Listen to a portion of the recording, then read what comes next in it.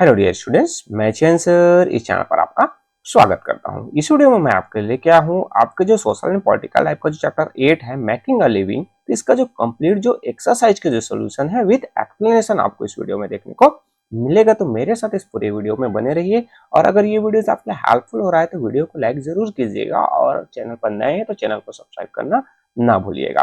First आपका आता है नेम द फॉलोइंग। तो इसमें क्वेश्चन नंबर फर्स्ट है आपका the different methods we use to earn a living. तो ये आपका जो डिफरेंट मेथड्स होते हैं उसे हम लाइवलीहुड्स या फिर आपके जो ऑक्यूपेशंस के रूप में जानते हैं।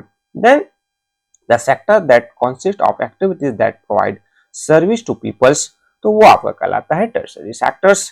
देन नेक्स्ट आता है आपका third number of farmers who own less than 2 hectares of land, तो वो आपके कहलाते हैं marginal farmers. Then next fourth आता है आपका rearing of aquatic animals like fish and shrimps for foods, तो ये आपके कहलाते हैं एक्वाकल्चर। देन नेक्स्ट आएगा आपका फिफ्थ नंबर का peoples movement from rural to urban areas. तो जो पीपल्स का जो मूवमेंट्स होता है रूरल से आपके अर्बन एरियाज, तो उसे हम कहते हैं माइग्रेशंस। देन नेक्स्ट आता है आपका मैच द फॉलोइंग, आपको मैच करने कॉलम ए से कॉलम बी को। यहाँ पर देखिए तो चलिए इसका आंसर हम देखें तो कॉलम ए से हम कॉलम बी को मैच करेंगे तो ग्रेजिंग ये आपके प्राइमरी सेक्टर्स में आते हैं। बैंक ऑफिसर तो ये जो है सैलरीड जो ऑफिसर्स होते हैं। लॉयर आप देखोगे तो ये प्रोफेशनल्स होते हैं। कॉटन टेक्सटाइल फैक्ट्री वर्कर्स है तो ये सेकेंडरी सेक्टर्स आते हैं। और जो रेस्टोरेंट ओनर्स आते हैं तो ये जो है एंटरप्रेन्योर्स आते हैं। तो इस तरीके से मैचअप हुए। देन नेक्स्ट आपका मल्टीपल चॉइस क्वेश्चन, इसमें फर्स्ट आता है आपका one of this is not a primary activity, इनमें से कौन जो है प्राइमरी एक्टिविटी नहीं है, तो आपको पता ही होगा स्पष्ट रूप से आपसे नजर आ रहा है बी ऑप्शन है बैंकिंग, ये आपका प्राइमरी एक्टिविटीज ना होकर ये जो है टर्शरी एक्टिविटीज है।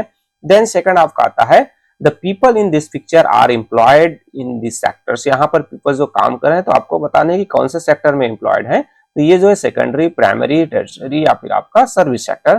तो आपको पता है ये जो है आपके प्राइमरी सेक्टर्स है, एग्रीकल्चर फार्मिंग से ये आपके किस में आते हैं, प्राइमरी सेक्टर्स में आते हैं। Then more than own 3 hectares of land which he cultivated himself. Whatever he produced is sufficient to feed his family of 6. A small quantity is usually left over which he sell in the market. What kinds of farmer is Madan? मतलब उसके हाथ 3 hectare है, कुछ जो खेती करते हैं तो उसके घर के लिए सफिशिएंट होता है और एक्स्ट्रा होता है तो उसको मार्केट में सेल भी कर देते हैं। तो वो किस टाइप का वो आपके जो फार्मर्स हैं, तो इसको में आपका आ जाएगा ये ऑप्शन होगा आपका सब्सिस्टेंस जो फार्मर्स हैं वो कहलाएंगे। तो ये आपके थर्ड। देन फोर्थ आता है आपका farmers where cows are raised और कार्ड, जो पशु पालन करते हैं काउज जो पालते हैं तो वो आपके क्या कहलाते हैं, वो होते हैं आपके बी ऑप्शंस डेयरी फार्म्स कहलाएंगे। देन फिफ्थ आता है जो आपके एसरेशन और रीजन वाले क्वेश्चंस है। होपफुली इतने जो आपने एसरेशन एंड रीजन क्वेश्चंस का लिया होगा कि इस टाइप के जो क्वेश्चंस है थोड़ा ट्रिकी होते हैं बट आपको आ गया होगा। आपको एसरेशंस को रीड करना है, समझना है, अंडरस्टैंड करने हैं और रीजंस को भी करने हैं, फिर आपको ऑप्शन चूज करने हैं। So there have been several causes of farmers being in डेब्ट इन इंडिया। ट्रू है, बहुत सारे कारण है जिसके कारण से जो फार्मर्स है डेब्ट में कर्ज में डूब जाते हैं।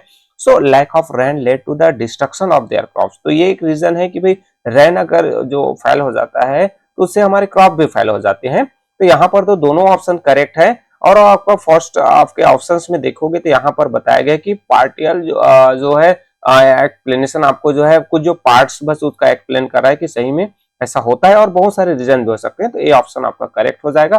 Both A and R true and R is a partial explanation of a A, मतलब एक भाग को ही बता रहे हैं कि ये एक रीजन है जिसके कारण से फार्मर जो है डेब्ट ट्रैप हो जाते हैं। देन नेक्स्ट आपका आता है 6 नंबर का है choose the factor that cause people to migrate from village to cities, मतलब लोग क्या वो फैक्टर्स है जिसके कारण से लोग जो है गांव को छोड़कर शहर की ओर जाते हैं। तो 4 ऑप्शन है जिसमें आपका ऑप्शन आपको चूज करने हैं। तो यहाँ पर आपका करेक्ट ऑप्शन आप देखोगे तो lack of employment in rural areas होता है। देन सेकंड आता है lack of educational opportunity in rural areas. तो ये जो दो मेन जो रीजन है जिसके कारण से जो लोग जो है वो गाँव को छोड़कर शहर की ओर जाते हैं। देन नेक्स्ट आता है आपका आंसर इज ब्रीफ वाले क्वेश्चन है, शॉर्ट में आपको आंसर देने हैं। चलिए फर्स्ट इसमें देखते हैं why do people need a livelihoods, peoples को लाइवलीहुड क्यों चाहिए। So people need money to buy foods clothes and other basic necessities and also to buy things they like.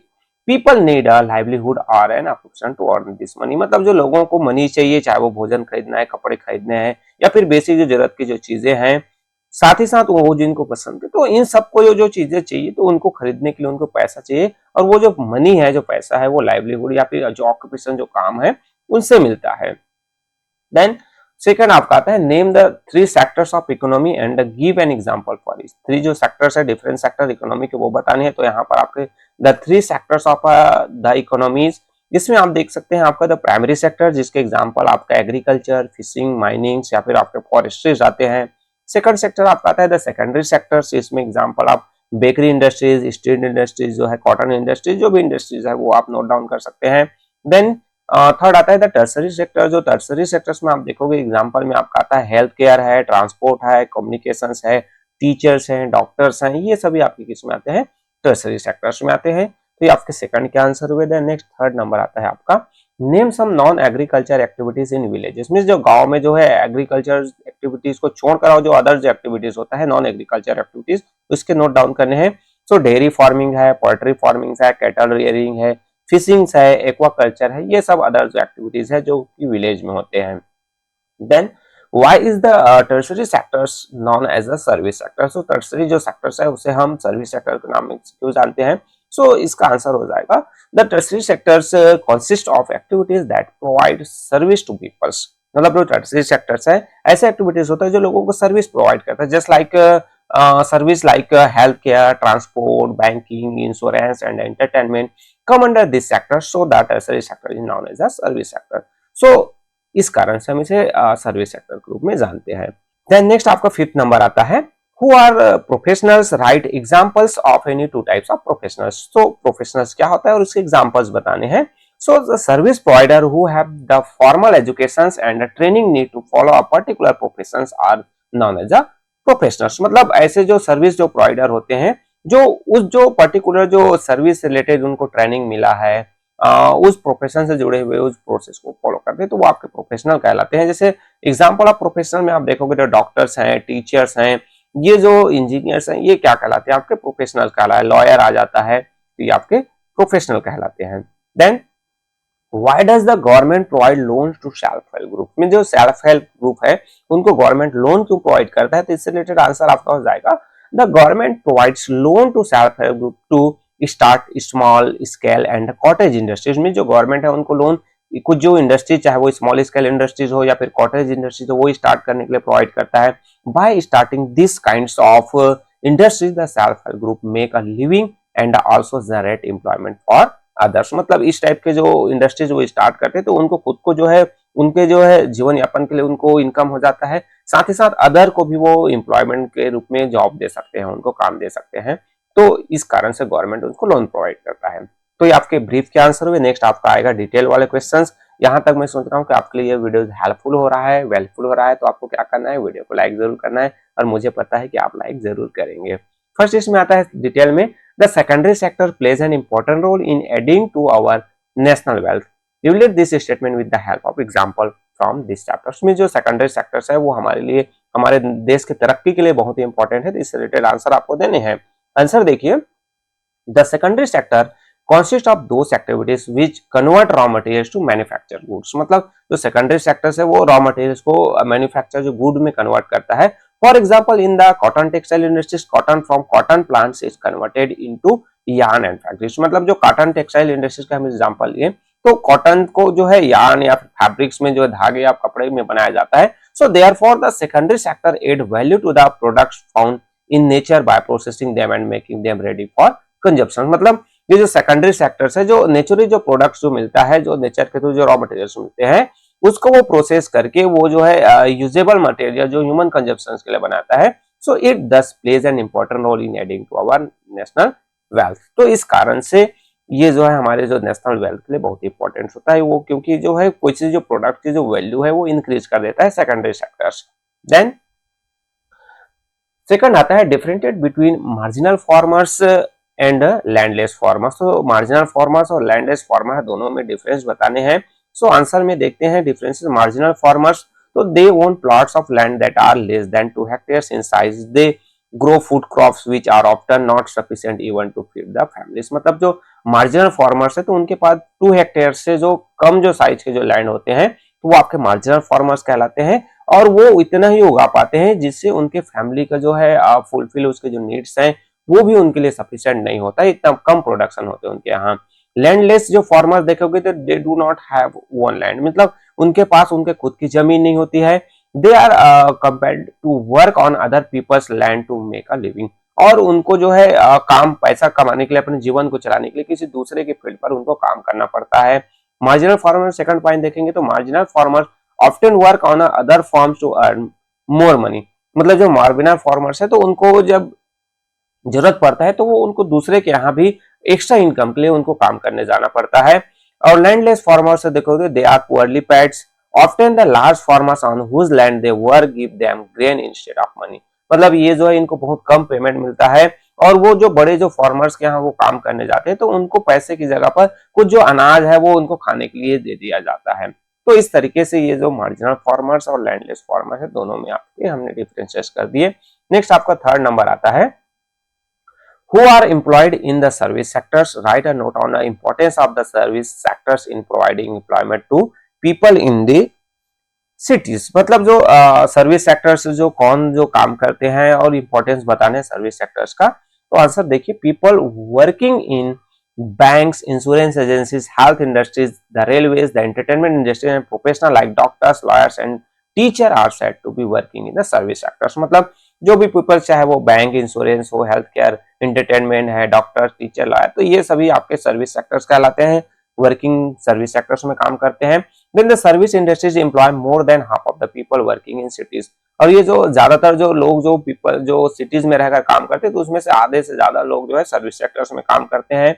Banks है, इंश्योरेंस एजेंसीज है, railways है, postal है और telegraph service और BPO है यूनिट्स है, are some service provider that employed millions of people across the countries. Means जो ये जो सर्विस बैंक है, जैसे agencies, railways, postal, telegraph, BPO, यहाँ पर जो ज्यादातर जो लोग मिलियंस ऑफ पीपल्स हैं वहां पर काम करते हैं। Professional like doctors, lawyers and chartered accounts can either be employed by other और they can be self employed, मतलब जो कुछ जो प्रोफेशनल्स है जैसे डॉक्टर, लॉयर, चार्टर्ड अकाउंटेंट्स है, ये या तो दूसरों के लिए काम करते हैं या फिर खुद के लिए भी अपने काम करते हैं, इनका खुद ऑफिस होता है। Thus the service sector is very important in providing employment to people in the cities। इस कारण से हम कह सकते हैं कि सर्विस सेक्टर्स है सिटीज में रहने वाले लोगों के लिए बहुत ही इंपॉर्टेंट है, क्योंकि इनसे इनको बहुत ज्यादा अमाउंट में जो है एम्प्लॉयमेंट जनरेट होता है। देन नेक्स्ट आएगा आपका fourth number, discuss one similarities and one differences between self employed professionals and businessman. Means जो आपके जो सिमिलरिटीज और डिफरेंसेस बताने हैं प्रोफेशनल और आपके जो बिजनेस में पर्सन है उनके बीच में। तो सिमिलरिटीज में देखेंगे तो बहुत जो सेल्फ एम्प्लॉयड जो प्रोफेशनल्स और जो बिजनेस पर्सन होते हैं do not work for anyone, मतलब जो सेल्फ एम्प्लॉयड प्रोफेशनल्स होते हैं और जो बिजनेस पर्सन है वो किसी दूसरे के लिए काम नहीं करते हैं, they are their own employers, मतलब वो खुद के लिए काम करते हैं, वो खुद के अपने मालिक होते हैं। देन डिफरेंसेस आप देखेंगे तो self employed professionals provide only service and sell their service directly to the consumer, मतलब सेल्फ एम्प्लॉयड जो प्रोफेशनल्स हैं वो क्या करते हैं कि वो जो सिर्फ सर्विस देते हैं और डायरेक्टली वो कंज्यूमर को देते हैं। बट जो बिजनेस जो पर्सन है sell both goods and service, जो बिजनेस जो पर्सन है वो गुड्स भी, सामान भी बेचते हैं, अपनी सर्विस भी बेचते हैं, साथ ही साथ दे मे और may not sell their products directly to their customer, मतलब या तो वो जो है क्या करते हैं डायरेक्टली कस्टमर को बेच देते हैं जो बिजनेस पर्सन है, या फिर कभी कभी जो है अदर जो सर्विस प्रोवाइडर है उनको वो सामान बेचते हैं। तो इस तरीके से ये जो आपके जो सिमिलरिटीज है हमने डिफरेंसेस देख लिया। नेक्स्ट आपका आता है फिफ्थ नंबर का, what do you understand by the term unemployment, means जो अनएम्प्लॉयमेंट का मतलब आप क्या समझते हैं। Will the rate of unemployment in our country come down if the number of entrepreneurs in our society increase, मतलब ज्यादा से ज्यादा जो एम्प्लॉयड सेल्फ एंटरप्रेन्योर्स आएंगे तो उससे क्या हमारे यहाँ जो अनएम्प्लॉयमेंट है कम होगा। तो इससे रिलेटेड आपको रीजन देते हुए आंसर बताने हैं। तो आंसर हम देखते हैं, unemployment as I understand it is the state or conditions when a person is unable to find a job or work even when they are looking for it, मतलब unemployment का मतलब ऐसा होता है कि अगर कोई पर्सन जो है काम करना चाह रहा है फिर भी उसको काम नहीं मिलता है, तब ऐसा सिचुएशन में हम उसे अनएम्प्लॉयड कहते हैं। So the rate of unemployment in our country will definitely come down if the number of entrepreneur in our society increase, मतलब ज्यादा से ज्यादा एंटरप्रेन्योर बढ़ते जाएंगे तो क्या होगा कि भाई इससे जरूर हमारे यहाँ अनएम्प्लॉयमेंट है वो कम आएगा। This is because entrepreneur not only create employment for themselves but they also provide work to other for running their business. मतलब जो एंटरप्रेन्योर बिजनेसमैन है वो क्या करते हैं कि वो खुद के लिए तो एम्प्लॉयमेंट जनरेट करते हैं, साथ ही साथ अदर जो पर्सन है उनको यहाँ अपने यहाँ काम देते हैं। इससे क्या होगा कि जो बहुत सारे जो लोग जो काम करना चाहते हैं उनको वर्क मिलेगा, इससे डायरेक्टली हमारे यहाँ जो अनएम्प्लॉयमेंट का जो रेट है ऑटोमेटिकली डाउन हो जाएगा। तो ये आपके डिटेल के आंसर हुए। नेक्स्ट आपका आता है केस बेस्ड क्वेश्चन। यहाँ पर एक जो स्टोरी दिया गया है, राजू सिंह जो कि 30 इयर्स है और वो एक टी स्टॉल चलाता है कोलकाता में। वो जो है बिहार से 5 ईयर से पहले आया था कोलकाता अपने गांव को छोड़कर काम करने के लिए, बेटर लाइफ के लिए। बट 2 ईयर जो कंस्ट्रक्शन साइड में उसने काम किया, वहां पर उनकी वेजेस बहुत लो था, कंडीशन भी बहुत खराब था। इसके कारण से जो राजू है और अदर जो फ्रेंड्स हैं वो फाइनली क्या करते हैं, जो अपने दोस्तों के साथ वो एक स्मॉल जो टी स्टॉल खोल लेते हैं, चाय की दुकान खोल लेते हैं, जो पास की जो भीड़ भड़ाल एरिया है जहां पर कोलकाता में।